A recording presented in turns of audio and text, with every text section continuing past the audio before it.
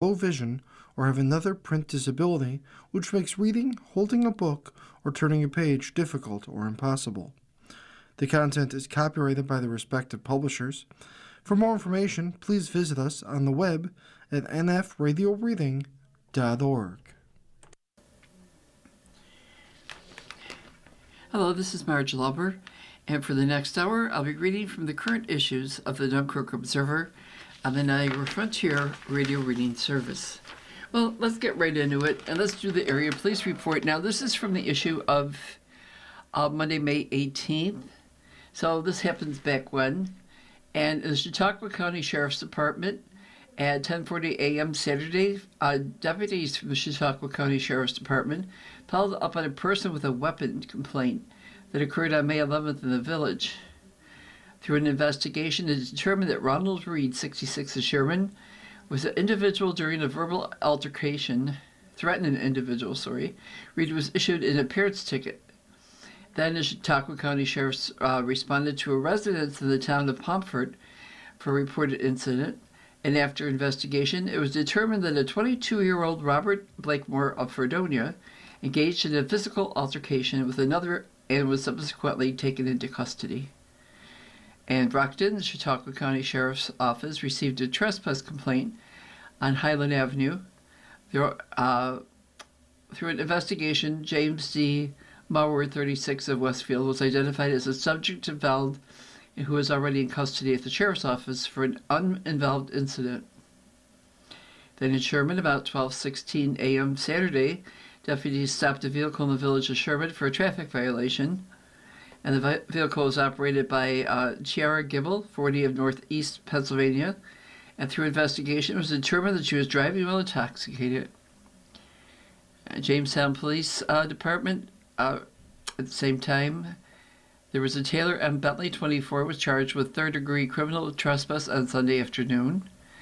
And then on the Carroll Police Department, at about 4:50 p.m. Thursday, the town of Carroll Police Department was dispatched to the Ethan Allen factory building on 36 Railroad Avenue for a report of a burglary investigation.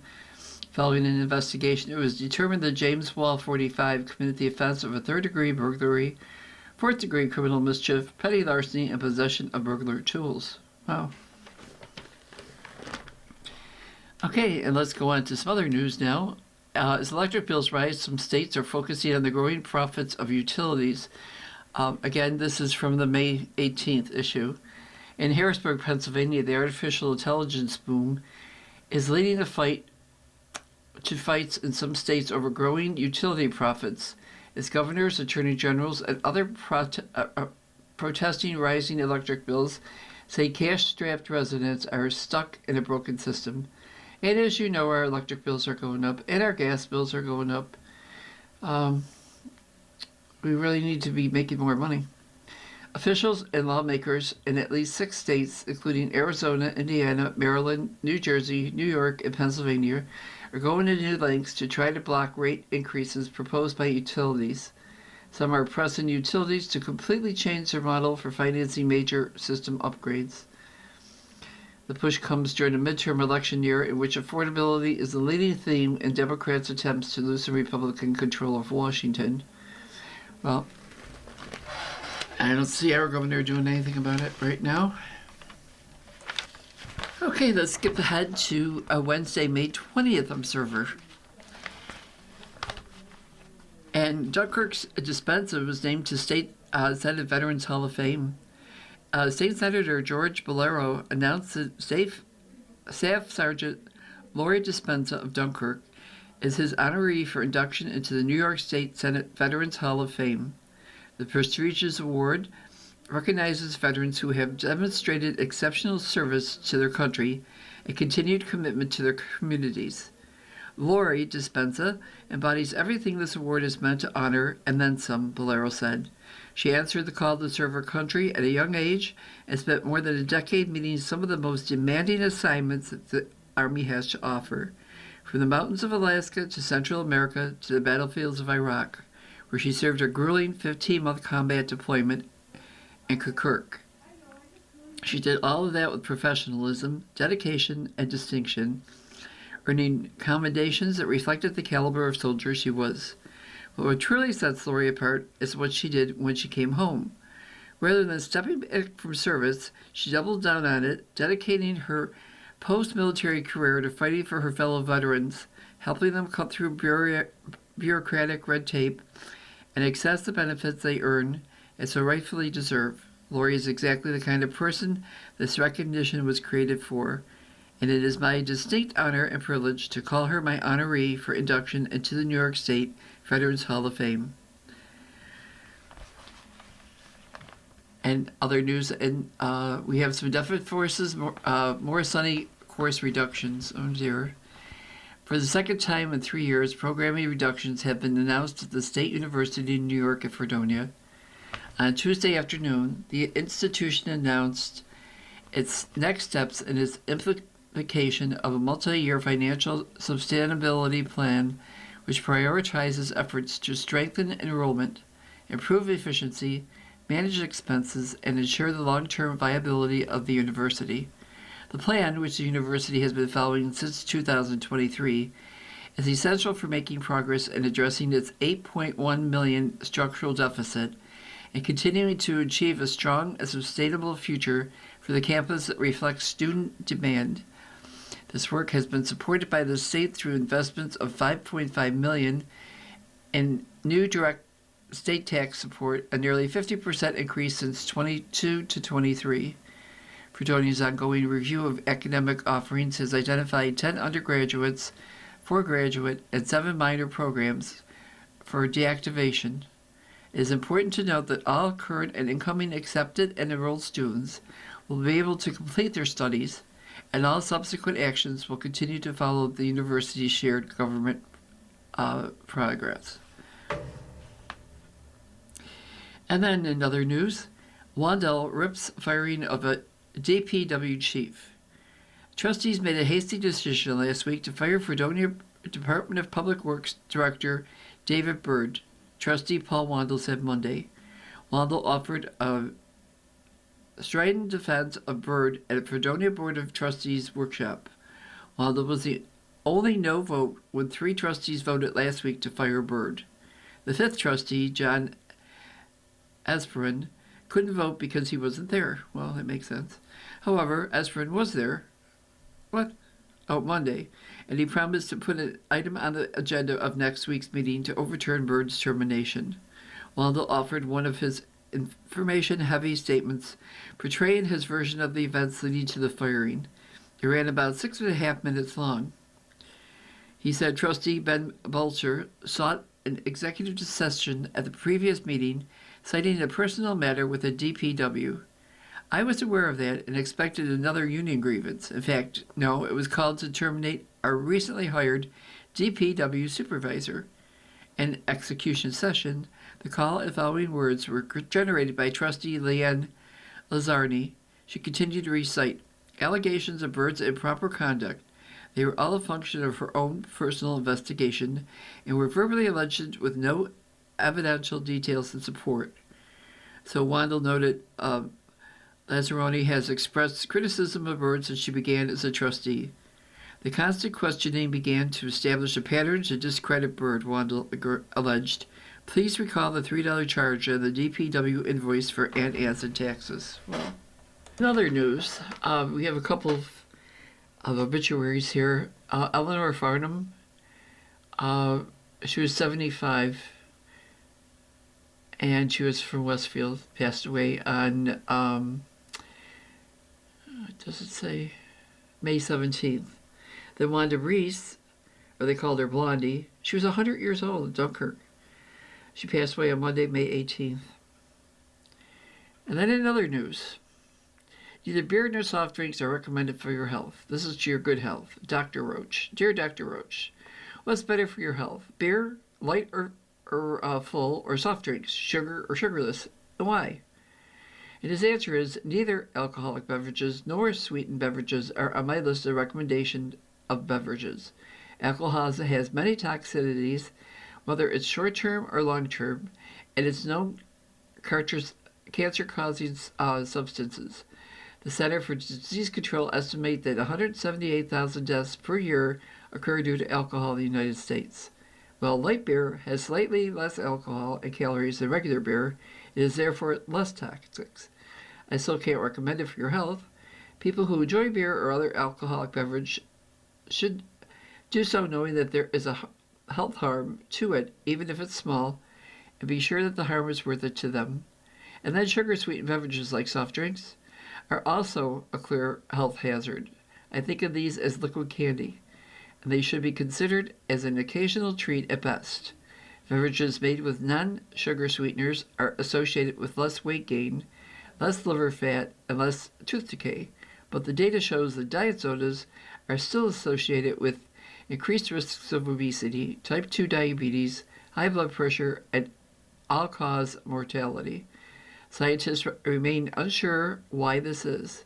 Changes in the microbiome may explain this, although there is still the possibility of confounding a type of error in interpreting the data due to unrecognized differences in those who choose diet sodas versus regular. Water remains your best choice, with unsweetened tea or strong coffee being other healthy choices. Wow. And then in other news, Louisiana Senator Bill Cassidy has no regrets over Trump impeachment vote, even as it cost him his seat. So in Washington, returning to the U.S. Capitol after stringing primary re-election loss, Republican Senator Bill Cassidy of Louisiana said Monday evening that he had no regrets about his momentous vote to convict Donald Trump on impeachment charges 5 years ago. He said, "I voted to uphold the Constitution. It may have cost me my seat, but who cares?" Cassidy told reporters in the Capitol, "I have the privilege of voting to uphold the Constitution. Isn't that a great thing?"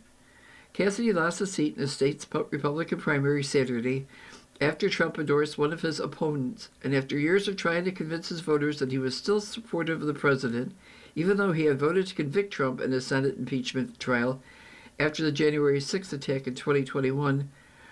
But after years of curtly dodging questions about his impeachment vote and often saying nothing at all when pressed in the Capitol hallways, Cassidy now says he feels great.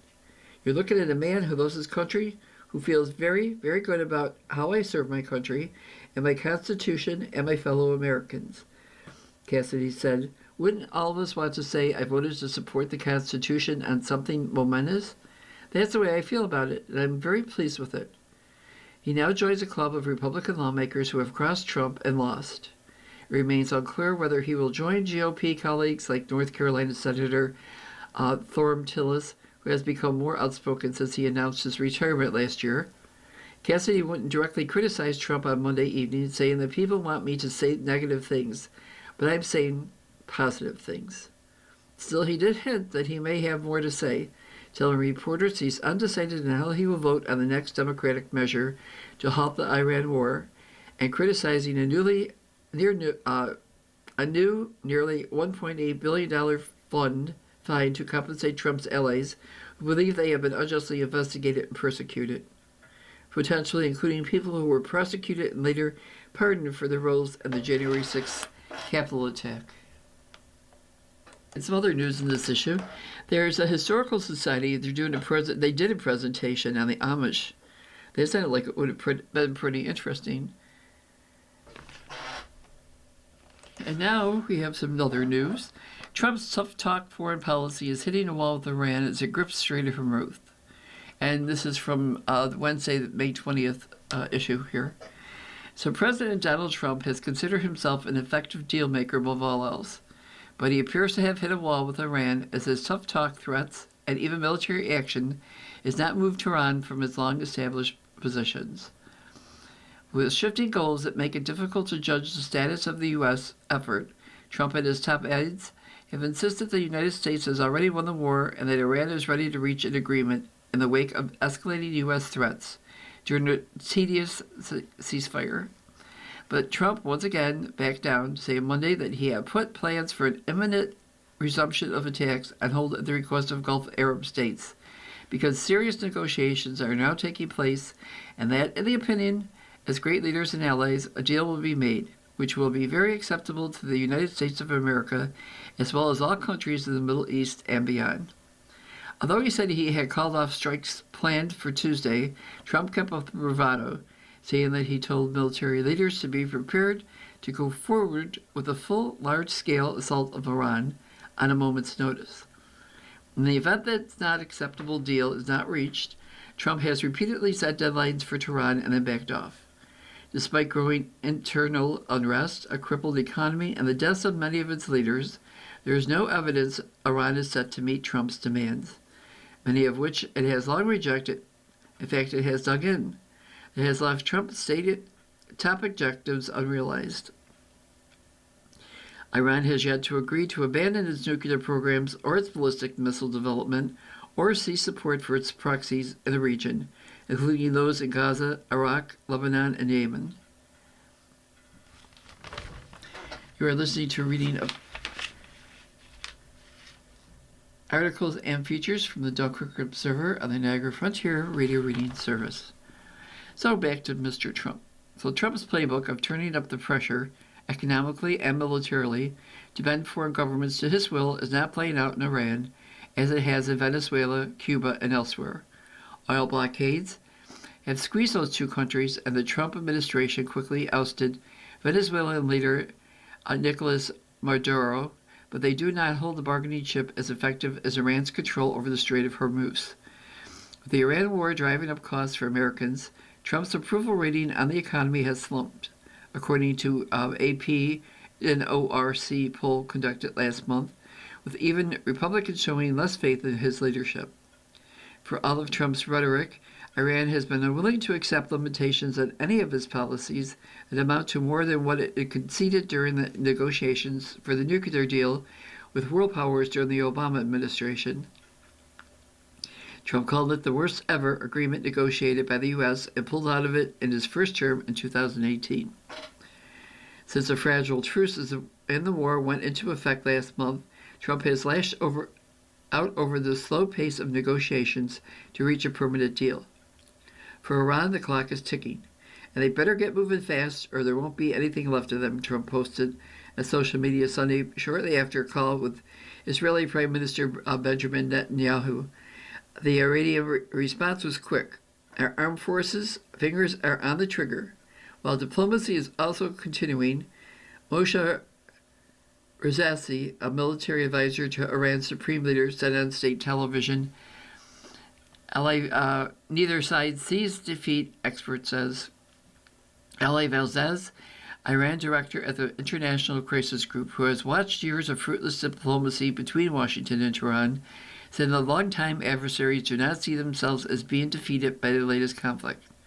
Since the ceasefire took effect, both Washington and Tehran seem to be working on the assumption that time acts in their favor. Each believes that the blockade and counter-blockade in the Strait of Hormuz raises the cost for the other side, while giving a reprieve to prepare for a political resumption of hostilities.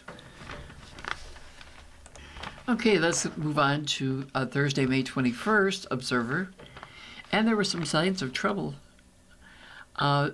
Drivers were struggling with Route 5 detour through town, so simply closing one bridge has become a big problem in the town of Dunkirk. Despite detour signs all throughout the region, drivers just can't seem to follow directions. The closure of the bridge over Canadaway Creek along Route 5 came with a detour to funnel heavy truck traffic to Route 20. Local traffic is urged to utilize streets away from the area of the bridge while it's fully replaced. Apparently, that simple concept is too difficult for many drivers to comprehend. Residents of the town of Dunkirk have become frustrated as drivers, especially semi-trucks, often find themselves stuck. I don't know how someone could travel down Route 5 and read 11 signs and not get that they shouldn't be ended up in a resident's driveway to have to turn around. I just don't get it, Dunkirk survivor Sherry Miller said at the town board meeting Tuesday night, just a few days after the bridge was closed. During the meeting, a large crashing sound could be heard from the town hall on Willow Road. Just minutes after Miller spoke about the matter, one driver struck the Willow Road tunnel with sizable equipment being carried by a trailer. The equipment was significantly damaged at the top of the tunnel was scraped. The tunnel has a clearance of just over 10 feet, which drivers often ignore and find themselves stuck. with Willow Road as an alternative to reach Route 5 from Birmingham Road in the city, and Temple Road and Chestnut Road coming from Fredonia. The area has become even more crowded in recent days. That leaves the doors open for even more driver error, like Tuesday's mishap. In the days since the closure, several semi-trucks have been observed backing out of areas they cannot drive through. I don't know how many more signs they could put up, Miller said. It's amazing to me. The reopening of the Canandaigua Creek Bridge on Route 5 can't come soon enough, Miller said. She's been told by State Department of Transportation, DOT, that the project is aiming to be done by Labor Day. Let's hope so. So, the village is fretting over behavior at meetings. Fredonia Mayor Michael Ferguson confirmed last week he will ask the Board of Trustees to suspend the public's ability to comment at its meetings, starting at his next meeting. And one trustee came out against it. He said, "I will not vote to eliminate public comment at village board meetings," Christine Cruz-Keefe stated to begin Monday's trustees workshop. If village citizens' preferred method is to come to the board meetings and address in person, they should have that option. And Cruz-Keefe then addressed the shenanigans that occurred after last week's trustees meeting. Audience members got into verbal and physical confrontations, but no criminal charges have been filed. The action of some in attendance at the last meeting was unacceptable, she said. If my students behave that way, they would face consequences for their actions. I occasionally need to remind my 12 and 13-year-old students to keep their hands, feet, and objects to themselves and to refrain from using foul language. Those rules should go without saying in a room full of adults. She noted Virginia high school students attended the last meeting to get a credit for a class. She said, "I was signing their forms and a scuffle broke out behind them. They became frightened. They were frightened to leave the room. And I looked at the students and apologized for what they had to witness, saying, 'I'm so sorry, adults should not behave this way.'" Valerio said price bill hurts retail stores. So State Senator George Varello says that legislation that has passed the state Senate will do too much to hurt brick-and-mortar retail stores at the expense of online competitors. The Senate recently passed a bill that will prohibit food and drug retail establishments from engaging in personalized algorithm pricing or surveillance pricing. The use of electronic shelving labels at these establishments would also be prohibited, as well as setting prices using protected class data or data collected from minors under 17. The legislation doesn't apply to online retailers like Instacart or DoorDash. Valerio, who's a Republican from Sunset Bay, said in his comments on the bill that it takes employee time to change paper price tags, especially in larger stores. The fact that legislation only affects physical and retail businesses was one reason Borrello voted against the legislation, which was approved 50-10 with a handful of Republicans voting along with Democrat Party majority. The bigger issue for me is we've seen this shift to more online purchases, much easier, Borrello said. Is Amazon going to be impacted by this bill? No. Is Instacart going to be impacted by this bill? No. Who will be impacted? Brick-and-mortar businesses that employ people right here in New York State, that pay property taxes, that in the end are the driver of our economy, and that's a concern for me. Digital price labels, which are rapidly replacing paper shelf tags at U.S. supermarkets, haven't led to demand-based pricing surges, according to a 25 study that examined 5 years' worth of prices at one grocery chain. But some shoppers, consumer advocates, and lawmakers remain skeptical about the tiny electronic screens that let stores change prices instantly from a central computer instead of having workers swap out paper labels by hand. And sadly, in this issue, we do have a few obituaries. There was a Joan Washburn. She was from Dunkirk, and she passed away on May 17th. Awanda Reese, she passed away Monday in Dunkirk on May 18th. And Anthony Sineri, let's see where he lived. Doesn't say. He passed away on May 8th. In other news, there is a South Dayton man who gets 9 years in a child porn case. So a South Dayton man will be serving time after being convicted of receipt of child pornography. U.S. Attorney Michael D'Amico announced Wednesday that Joseph A. Bulow, 31, was sentenced to serve 108 months in prison by U.S. District Judge Lawrence Valdaro. On February 24, the West Seneca Police Department seized Bulow's phone, based on communications he was having online. A search of the phone recovered 6 images of child pornography that were saved on the phone and received by Bulow between August 22nd and November 23. August of 22 and November of 23. Some of the images depicted pre-pubescent minors and violence against children. In addition, Bulow admits he engaged in the sexual abuse, exploitation, or attempted sexual abuse or exploitation of a minor on 2 or more occasions. The case was prosecuted by Assistant U.S. Attorney General Aaron Mango. The sentencing is a result of an investigation by the Federal Bureau of Investigation under the direction of Acting Special Agent in Charge Brendan Dunn for the West Seneca Police Department under the direction of Chief Brian Cosgrove, the Town of Tonawanda Police Department under the direction of Chief Corey Lateau, and the Chautauqua County Sheriff's Office under the direction of Sheriff James Quattrone. Oh. And then, in other news, a Board of Peace will ask the UN Security Council to press Hamas to disarm. So in Geneva, the body overseeing the U.S.-brokered ceasefire in Gaza will ask United Nations Security Council to press the Hamas militant group to disarm, according to a report seen by the Associated Press on Tuesday. The report by the Board of Peace, an international body set up by U.S. President Donald Trump, and tasked with overseeing the fragile ceasefire between Hamas and Israel, is expected to be discussed by the Security Council on Thursday when it meets on the situation in the Middle East. At this stage, the principal obstacle to full implementation of the ceasefire remains Hamas' refusal to accept verified decommissioning, relinquish conceive control, and permit a genuine civil transition in Gaza. Hamas, in a statement, rejected the reports and said it contains fallacies.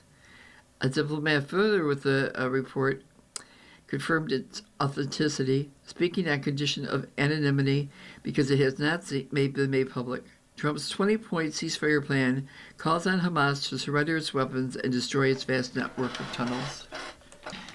So let's go on to Today in History. So today is Thursday, May 21st. Okay, this is the Thursday, May 21st issue. So on May 21st, 1881, the American Red Cross was founded by nurse and educator Clara Barton in Washington, D.C. Also on this date, in 1924, 14-year-old Bobby Franks was murdered in a thrill killing carried out by University of Chicago students Nathaniel Leopold and Richard Loeb, who was Bobby's distant cousin. In 1927, Charles A. Lindbergh landed his Spirit of St. Louis monoplane near Paris, completing the first solo airplane flight across the Atlantic. And it took 33 and a half hours. In 1932, Amelia Earhart became the first woman to fly solo across the Atlantic Ocean as she landed in Northern Ireland. In 1941, a German U-boat sank the American steamship SS Robin Moore in the South Atlantic after the ship's passengers and crew were allowed to board lifeboats. In 1955, Chuck Berry recorded his first single, Maybelline. In 1972, Michelangelo's Pieta and Peter's Basilica at the Vatican was damaged with a hammer-wielding man. Wow. Okay, another news. Local regional news. And this, again, is from Thursday, May 21st. So 2 are injured in South County blaze in Jamestown. 2 people are injured as Jamestown Fire Department crews contained a blaze on the 2nd floor of City Building Tuesday. According to officials, firefighters were dispatched to 40 West 8th Street for a reported structure fire at 7:51 a.m. Upon arrival, firefighters saw smoke and flames venting from the 2nd floor in the rear of the building. Crews used a hand line and made entry through the front door. Firefighters then used a nearby hydrant to contain the fire to the second floor. Officials said the fire was knocked down in about 20 minutes on the scene. So crews conducted an overall check for fire extension as smoke was ventilated from the building. An investigation revealed that the fire was caused by an overheated electrical device, and the fire was ruled accidental. Officials said 2 adult occupants sustained smoke inhalation. One was treated at the scene and the other was transported to UPMC. Crews returned to the station at about 12:09. And then in other news, there was a Randolph teen who was killed in an accident. In Randolph Central School officials are making plans to help students mourn the passing of a junior at Randolph High School. On Tuesday, Kane Kelly, Randolph superintendent, sent a note home with students, as well as posting a letter on the district's Facebook page. It is with great sadness that we share that one of our 11th grade students passed away as a result of a motor vehicle accident. Kelly said in the letter, "We extend our deepest condolences to the student's family, and loved ones. Our thoughts, prayers, and support are with them during this incredibly difficult time." The district's crisis response team has met and is available for students, faculty, staff, and community members in the wake of the unnamed student's death, Kelly said. Parents whose children need additional support should reach out to their child's teacher, school building principal, or counselor. We are committed to helping in any way we can, Kelly said. And the accident, according to New York State Police blotter report, took place at 3:44 p.m. Monday at State Route 62 and Waterboro Hill Road in Conewago. There are 2 people in the vehicle, according to the blotter report, with a 17-year-old unnamed youth killed in the accident and a 56-year-old Randolph man also in the vehicle. You're listening to a reading of articles and features from the Dunkirk Observer on the Niagara Frontier Radio Reading Service. So the county is eyeing changes to the short-term rental regulations. Chautauqua County is eyeing some changes to its regulations for short-term rental properties. The changes are designed to align county regulations better with state regulations. During the legislature's Administrative Services Committee meeting, County Finance Director Kitty Lyons said that she has been working with the county law department to update the local law which establishes a tax on occupancy of hotels and short-term rental rooms to align changes at the state level. A lot of the changes had to do with definitions of short-term rentals. One specific change is the currently short-term renters must apply for an occupancy tax certificate 3 days after establishing their business. The county wants to require renters to apply for the certificate before opening. And now let's get into the Observer from May 22nd. And Epperson resigned from the Fredonia board.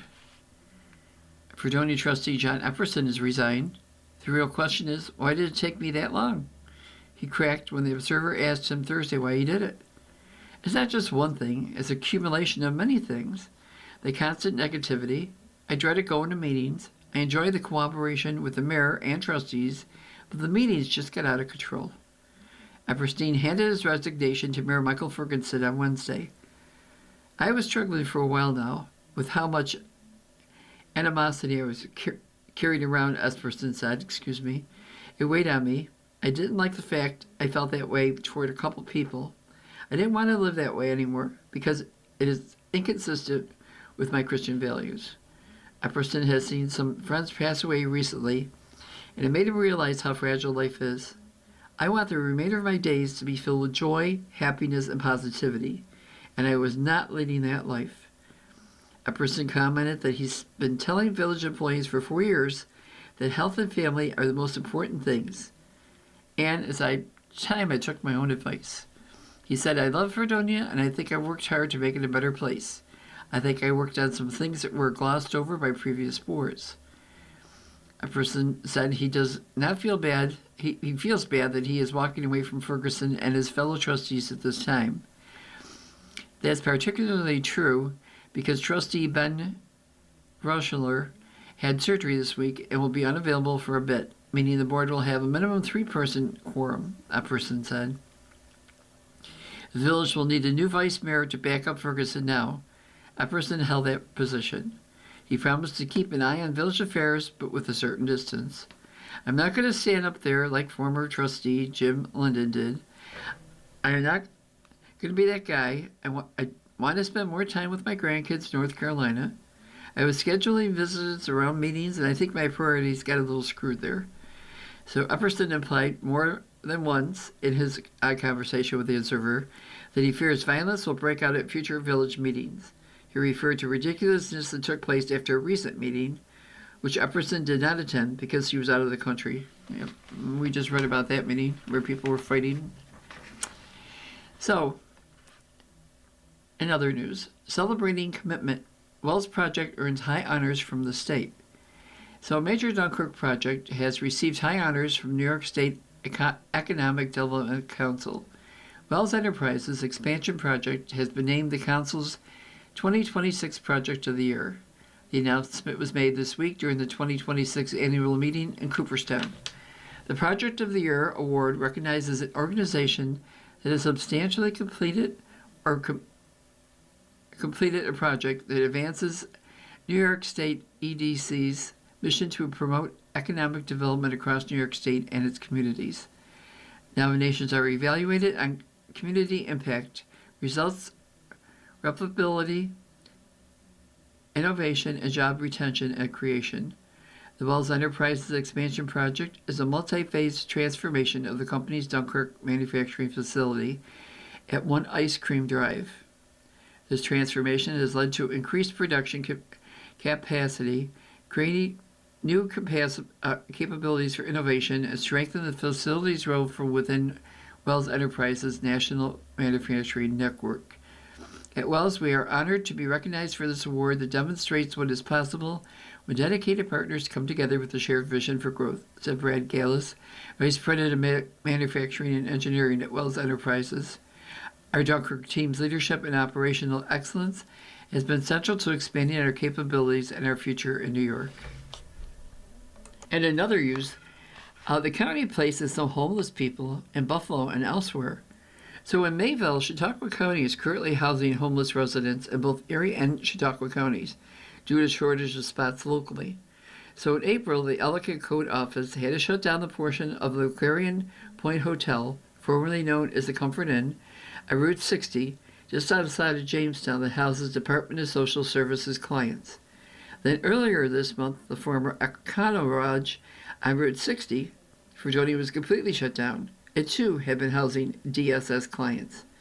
So on Wednesday, legislator Marty Proctor, Republican from Mena, who chairs the Human Services Committee meeting, asked Diane Anderson, the director of the county certification temporary assistant program, about the situation of the two hotels being closed. So Anderson said the DSS staff are required to inspect where homeless people are staying every 6 months. And at the Clarion Point Hotel, her staff inspected it with the Ellicott Code Office, and the decision was made for a portion to be closed. For the Econo Lodge, Anderson said her staff noted the roof was leaking and brought in the local code enforcement, which condemned the property. So Fredonia Mayor Michael Ferguson had also been quite outspoken about issues at the former Econo Lodge, noting a number of police and fire calls for that location. So Proctor asked Anderson if her staff normally does its inspection with local code enforcement officials. She said they don't always, but are trying to do that more.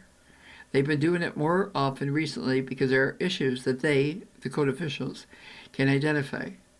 They're different when the checklists that we have and my staff are trained in doing temporary assistance to work. So they're not real good experts in inspections, Anderson said. Anderson said due to the two hotels being shut down, they had to relocate a number of families. So some individuals were moved to other hotels in the county, while others were taken to Buffalo, Hamburg, and Cuba, New York, where they have contracts.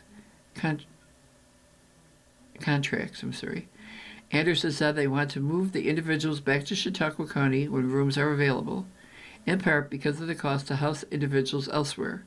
She noted how Chautauqua County has to transport these staying out of the county back and forth to various appointments.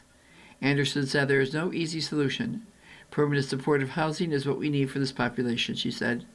When asked to define supportive housing, Anderson said programs like the Southern Tier Environments for Living runs for those with mental illness or struggling with substance abuse. Obituaries in this issue. There was a Douglas Tinga of Gowanda, and he passed away May 19th. Michael Nickerson, who was 66 years old, passed away on May 16th. And that was it for this issue. And then for your good health here, there's an article. Dear Dr. Roach, I'm 67 and in decent shape. I run 3 to 4 miles 3 times a week and lift weights 3 times a week. I take 20 milligrams of rovastatin daily. My LDL cholesterol is 85 and my HDL is over 80. I have controlled blood pressure with an angiotensin 2 receptor blocker. I guess it's a blood pressure pill. So 7 years ago, my provider asked me to do a coronary artery calcium scan because it could be performed at no cost to me, so I did. And my score was 530. The recommendation was to get on a statin, which I was already on, the rovastatin, as well as low-dose aspirin. So recently, a new primary care physician asked me to repeat the test, and my score was 1200. The higher progressive score alarmed me at the report, said the chances of a cardiac event were extremely high over the next few years. So my physician then referred me to a cardiologist.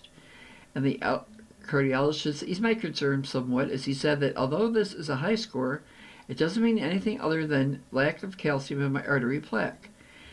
He did schedule me for a stress test. Can you please provide your take on the interpretation of my calcium score and the potential benefit in getting the test?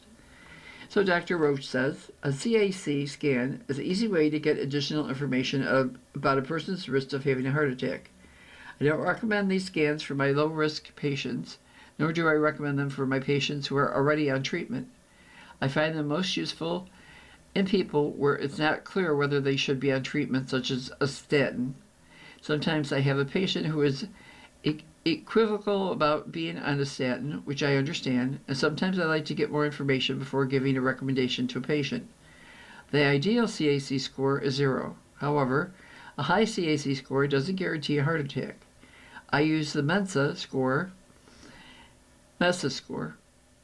in combination with your clinical factors, and the tool estimates your risk of having a cardiac event, a heart attack, cardiac arrest, or death due to sudden attack or stroke, or confirmed blockages that lead to surgery or a stent. At 14.8% in the next 10 years, if you have a calcium score of 0, your risk would only be 2.3%. So the CAC really did make a significant difference in understanding your risk. In my opinion, a stress test is a reasonable suggestion. The point of a stress test is to see whether there is any blockages that are large enough to restrict blood flow to your heart when you exercise. If there is any additional information, such as a direct look at your coronary anatomy with an angiogram, can provide your cardiologist with the information needed. Recommending the balloon procedure and stent, cardiac surgery, or different medication. And here's an opinion. We haven't read one of those yet today. And this is by Jonah Goldenberg.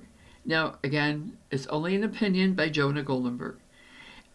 The Founding Fathers wouldn't back Trump, it says.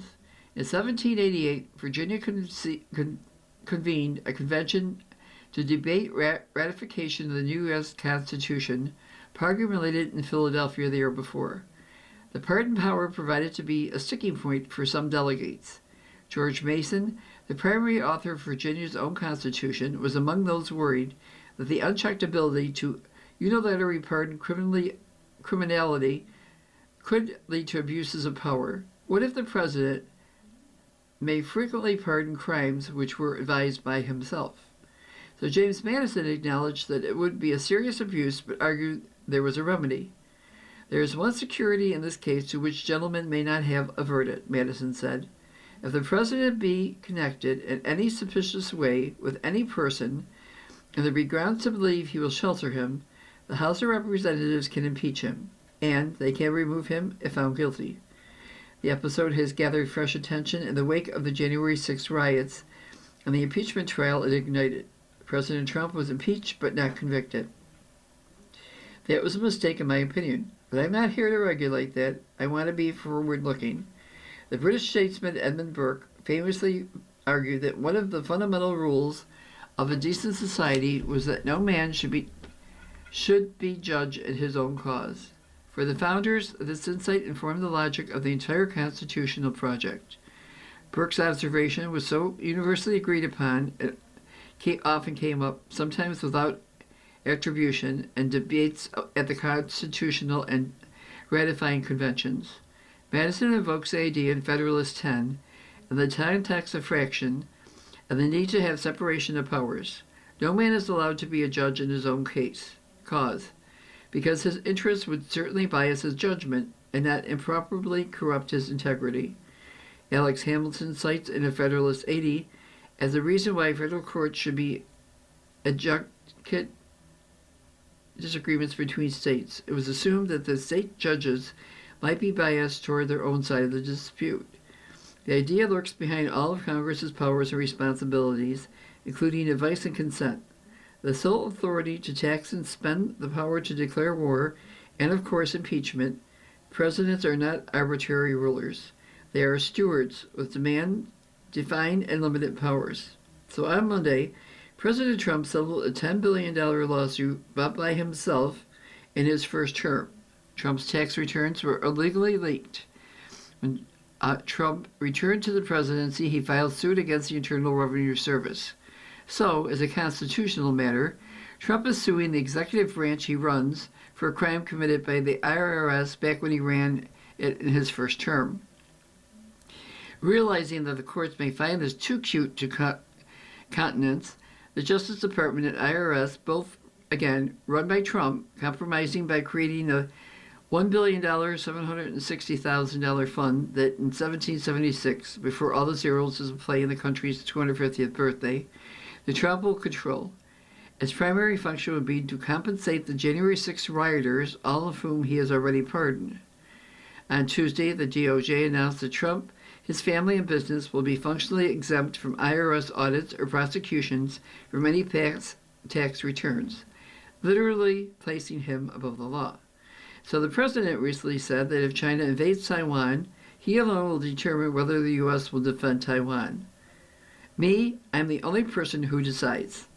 Last summer, Trump told The Atlantic that the difference between his first term and his second was that he didn't have anyone in his administration to hinder him. This time, I run the country and the world. Congress and the courts don't center into it. After Trump unilaterally replaced at gunpoint the president of Venezuela with a pliant assault trap without the approval of Congress, the New York Times asked if there were any limits on his will. Yeah, there's one thing, my own mortality. My own mind is the only thing that can stop me. I begin with a discussion of the pardon power and impeachment for a reason. Contrary to thousands of hours of impeachment legal prudery going back thousands of years, Nixon's administration, the president doesn't have to commit a crime to be impeached. As Hamilton writes in Federalist 65, impeachment involves misconduct of public men and the abuse or violation of some public trusts. Impeachments are political. Hamilton's all caps because they injure society itself. It may, in fact, be illegal for the president to be the judge of his own cause and create a taxpayer financial slush fund for him to reward cronies and henchmen on a whim.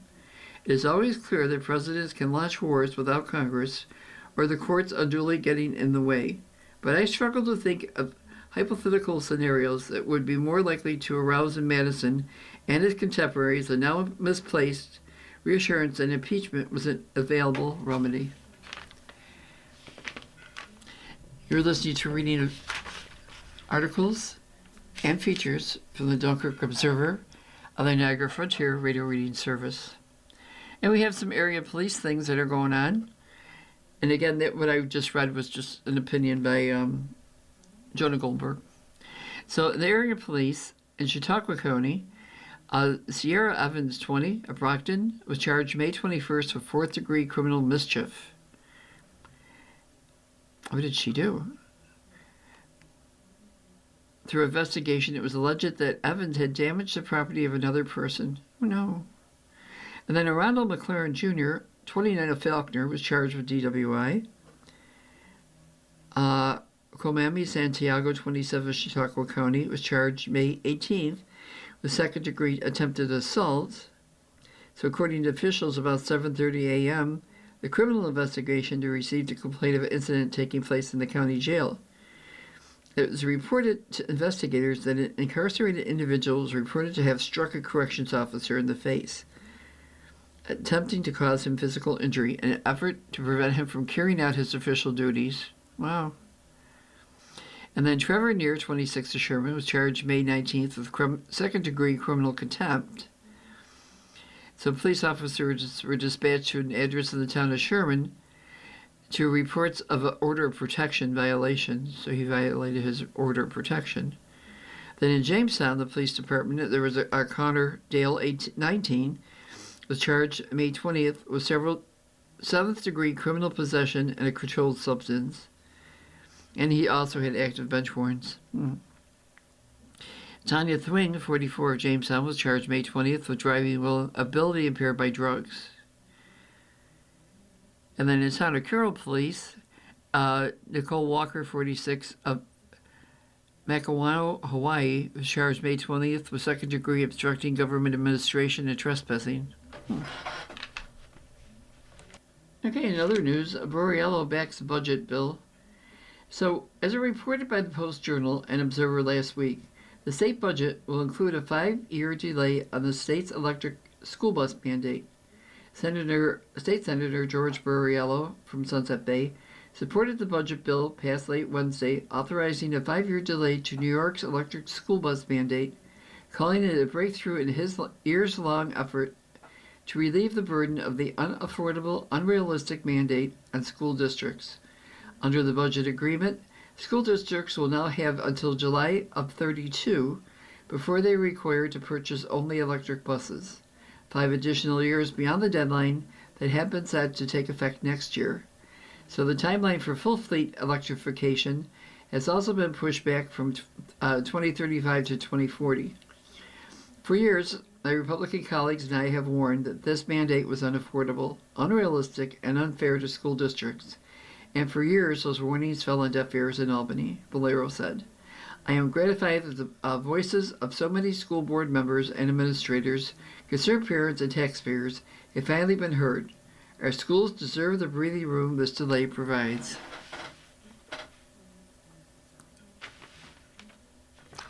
So there were some awards for the Resource Center presented employee awards. Don Taylor and Jacob Schwinenberg and William Dorman were honored with the Resource Center's Top Staff Awards for 2025. Trainer, who has worked for TRC since 1993, received the Joseph Trosso Jr. Employee of the Year Award. He was chosen for the award based on his efforts to support employees at the Resource Center and similar organizations in achieving certification through the National Alliance for Direct Support Professionals. So when the Resource Center and the other organizations that comprise the Collective of New York received a grant to support their employees in attaining NADSP certification, Taylor willingly took on the leadership role. Through Taylor's efforts, more than 100 people have achieved NADSP certification. And then we also have, there was other people too. Dorman, there was Bill Dorman, who has worked at the Resource Center since 1997. He received the Allied Industries Employee of the Year Award. He was honored for the way he performed his job as a production worker at TRC's Jamestown manufacturing facility. Dorman is skilled at multiple manufacturing positions, and with this many years of knowledge and experience, he willingly shares his wisdom and trains others. Then there was Schwinberg, received the Norman J. Smith Award for excellence in providing direct support to people with intellectual and developmental disabilities. He joined the Resource Center in 2023, and in his role as community coach, he supports people with intellectual and developmental disabilities in their efforts to achieve their environmental goals. And in other news, the NCCF Spring Community granted a total of $166,293. So the Board of Directors of the Northern Chautauqua Community Foundation recently approved community benefit grants totaling $166,293 to local organizations serving Northern Chautauqua County. These grants are made possible by donors who have established or contributed to community funds at NCCF. The Foundation is grateful for their generosity and foresight. Enduring resources will be available to meet community needs for generations to come. So organizations receiving funding from this 2026 Spring Community Benefit Grants are the American Red Cross of Western New York, Camp Getaway of Western New York Region, Chautauqua Adult Daycare Center, Chautauqua Children's Gym, Centaur Stride, Chautauqua's Institution, Chautauqua County Rural Ministry, Chautauqua Safety Village, Concord Great Belt Heritage Association, Darwin R. Baker Library and Museum, Dunkirk Historical Lighthouse, Dunkirk Police Department, Dunkirk Police Library, Fredonia First Methodist Church, Jamestown YWCA, Lakeshore Center for the Arts, North Chautauqua Canine Rescue, Revitalize Dunkirk, Tri-County Parish, and Westfield Memorial Hospital Foundation. The Community Benefit Grants Program awards funding twice a year to organizations seeking to improve and strengthen the Northern Chautauqua region, and the deadline to submit a letter of interest for the next round of Community Benefit Grants is September 1st.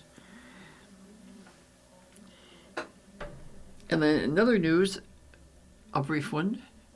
The UN Top Court says it's ready to strike to protect a key labor treaty. The Hague in the Netherlands, the United States Top Court issued a landmark advisory opinion on the right to strike on Thursday, finding that a Cornerstone Labor Treaty protects the ability of workers to walk off the job. The International Court of Justice was asked in 2023 by the International Labor Organization, a UN agency, to settle an internal dispute over whether one of the ILO's conventions gives workers a right to strike. Advisory opinions are legally binding but carry significant weight. The decision could have a worldwide impact on labor regulations, enshrining the right to strike in labor standards and international trade agreements. Labor unions welcome the decision. You have been listening to a reading of articles and features from the current issue of the Dunkirk Observer. We read for the Dunkirk Observer every Saturday at noon. Your reader has been Marge Lauber, and I thank you for listening, and you have a great day.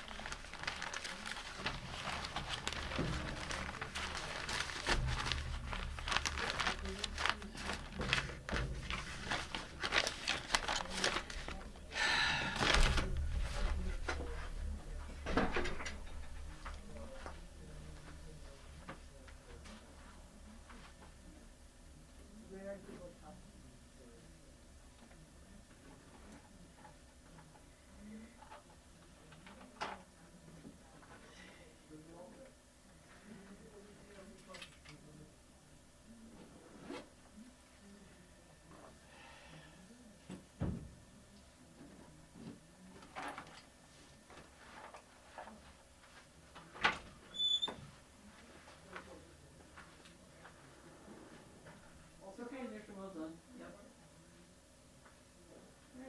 All right. Well, see you next week. See you next week. Have a nice week. You too.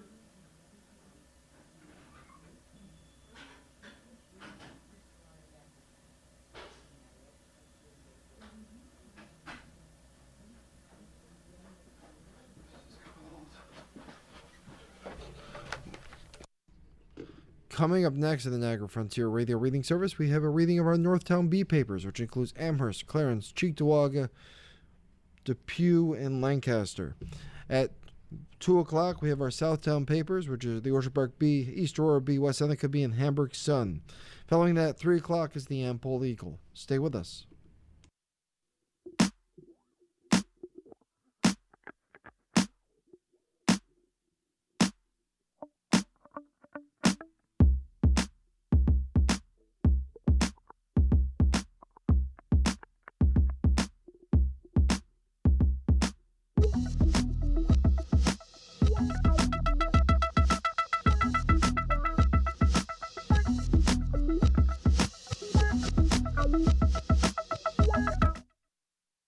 following program is intended for listeners who are blind, have low vision, or have another print disability, which makes reading,